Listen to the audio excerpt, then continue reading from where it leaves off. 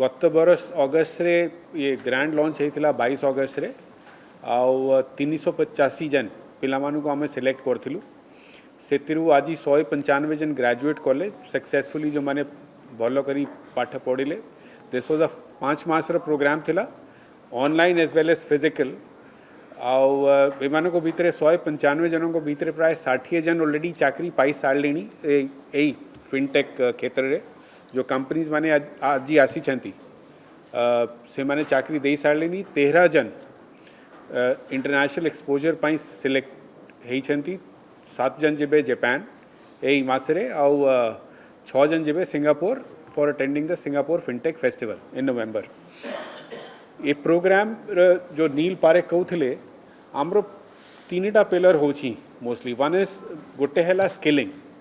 कि आम पिला को सिलेक्ट कर यहाँ टे मन रखिए माने इंजीनियर नुहति दीज आर माने बीएससी बीकॉम जो पाठ पढ़ी राजेंद्र यूनिवर्सिटी सैलेबाला विमेन्स कॉलेज फकीर मोहन ऑटोनॉमस कॉलेज बालासोर पूरा ओडिशा रु पिला माने आसीथिले गोटे एंट्रेंस एग्जाम आम कलु मध्यम सिलेक्शन है आउ गोटे भल अपॉर्चुनिटी पाइले सिंगापुर रु फैकल्टी आसिक एठी पाठ पढ़ाइले ऑनलाइन भी और फिजिकल भी आ गोटे ग्लोबल एक्सपोजर मिलला और वर्तमान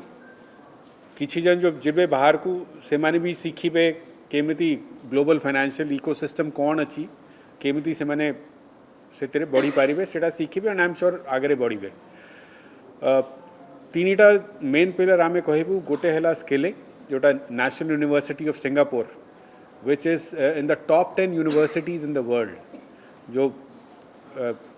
rankings आसे university NUS is in the top 10 I think it's ranked 8th it's ranked 8th in the world से माने को सांगरे पार्टनरशिप कलु से तेरे भी गोटे बहुत स्पेशल जिनिस थिला जे NUS बैचलर्स मास्टर्स और PhD डिग्री दिए से माने सर्टिफिकेट प्रोग्राम कंडक्ट करती नहीं किंतु यही आमर ओडिशा सरकार सांगर जो पार्टनरशिप है से राजी हेले सर्टिफिकेट प्रोग्राम करने 5 मासिया तांकर गोटे संस्था अच्छी Asian institute of digital finance NUS रो गोटे इंस्टीट्यूट अच्छी से माने एटा को कंडक्ट कले। सेकेंड हूँ जो इनक्यूबेशन इनोवेशन सेंटर कथा आमे कहूँ गुड़ाए कंपनी जो एठी आसी छंती से आमे तांकु नहीं कि जाऊँ से माने चाहूँ एठी ग्लोबल कैपेबिलिटी सेंटर सेटअप करिवे पर्टिकुलरली जो जापान रू कंपनीज आसी छंती तो तांको सांगरे आमर डायलॉग चली आमे बहुत आशावान अच्छू कि सेमानको भितरे किछि कंपनी गुड़ा एठी आसिकरी GCC तांकर आरंभ करिवे। थर्ड हैला ए ब्लैक स्वान समिट माने it is not a summit we are talking about गोटे प्लेटफॉर्म जो ग्लोबल एंगेजमेंट प्लेटफॉर्म जहाँ को कहा जाई पारिबो इनोवेटर्स पॉलिसी मेकर्स एकेडमिशियंस पूरा विभिन्न देश रु आसिबे जेमती 24 देश रु आसी छंती 5टा कॉन्टिनेंट रु आउ से माने आसिकी डिस्कस करिवे पॉलिसी कौन हेबा कथा करिकुलम कौन हेबा कथा आमे AI को केमिति यूज करिबू। So this programme is a very long term perspective it's a visionary program chalked out under the guidance of Honorable Union Minister Shri Dharmendra Pradhan and also Honorable Chief Minister Shri Mohan Charan Maji दीजन मिसिकरी A programme टाको conceptualise करिसेंती और आमु कहिसेंती एटा को आकु नहीं कि जिबा पाई ओडिशा पाई मु भारी खुशी एती पाई जे 5टा कंपनी रा माने जिते कि बाहर देश रु CEO माने आसी छंती ओडिशा को प्रथम थर मोते लागुनी आज सुधा को इवेंट पाई आसी थे मुझे जस्ट कही भी ना ने भी 2-4 जन करो डगलस फीगिन होउछंती president Ant International is a global leader in micro finance in expanding micro finance then Michael Schlein president Accion आमर जापान रु गोटे बहुत बड़ डेलीगेशन आसी CEO मानकर से हेले Makoto Shibata chief community officer of Finolab incorporated Kimihiro Sakaguchi CEO of SMBC Global Services Jinya Suzuki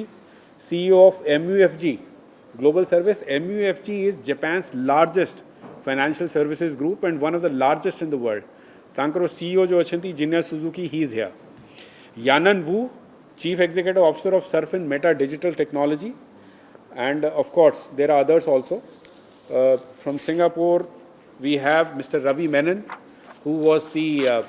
chairman of the Monetary Authority of Singapore. Monetary Authority of Singapore आमरो RBI equivalent अच्छी Singapore पाई से तांकरो chairman थे और ये programme पछरे जो आमको बहुत support करछंती और जहाँ को कॉन्सेप्चुलाइजेशन रे बहुत इंपॉर्टेंट रोल रही से होचंती स्वप्नेंदु महांती आमरो बालासोर लोक से चीफ टेक्नोलॉजी ऑफिसर थे मॉनिटरी अथॉरिटी ऑफ सिंगापुर रे तांको सांगे मिसिकी आमको आम यहाँ कनसेप्चुलाइज कलु ये आनी पार्लु so I think Swapnendu Mahanty deserves a very big thank you for making this possible and से आज राति पहुँची आपण मानक सांगे काली परदिन तांकर देखा हम एड़ा विघ्न है बार नहीं world skill centre focuses on skills and training in manufacturing this is about training in emerging technologies artificial intelligence fintech so this is complementary से गोटे स्ट्रीम अच्छी एटा गोटे अलगा स्ट्रीम अच्छी तो किसी विघ्न है बार नहीं it's a very complimentary and a uniquely conceptualise program आमर टोटल बजेट यहाँ अच्छी 112 कोटी टंका भारत आमर राज्य सरकार तापर GFTN तरफ भी there is some budget that is being spent on this नहीं यहाँ मोस्टली कॉमर्स और साइंस माने जो मानकर टिके मैथमेटिकल अंडरस्टैंडिंग थे वो मैथमेटिक्स कॉमर्स ऑफ कोर्स सीखी पारे किंतु ए मानू आम नहीं छु बीकॉम और BSc पिला नहीं छु विभिन्न माने पूरा ओडिशा रू संबलपुर बलांगीर गंगाधर मेर यूनिवर्सिटी रू पिला थे आमर बालासोर थे बलांगीर थे कटक रू थे भुवनेश्वर थे विभिन्न कॉलेज रू आसते we are honoured that the summit will be graced by the honourable president of India Shrimati Draupadi Murmu and led by our Honorable Chief Minister Shri Mohan Charan Majhi. With over 1,700 delegates from 24 countries and nearly 100 speakers from 5 continents, Black Swan Summit India will convene policymakers, regulators, financial institutions, technology leaders, investors, startups and academics for one purpose, to move from dialogue to delivery. At the heart of this effort is Bharat Netra. Bharat Netra reflects Odisha's long-term strategy for technology-led growth, growth that expands income, creates quality employment, and builds institutional capacity. Rather than pursuing technology adoption for its own sake, we have reframed digital policy around measurable outcomes, which are jobs, skills, enterprise creation, and global competitiveness. That is the context in which Odisha is hosting the Black Swan Summit India 2026. India as a country has a unique structural advantage. Its extensive digital public infrastructure,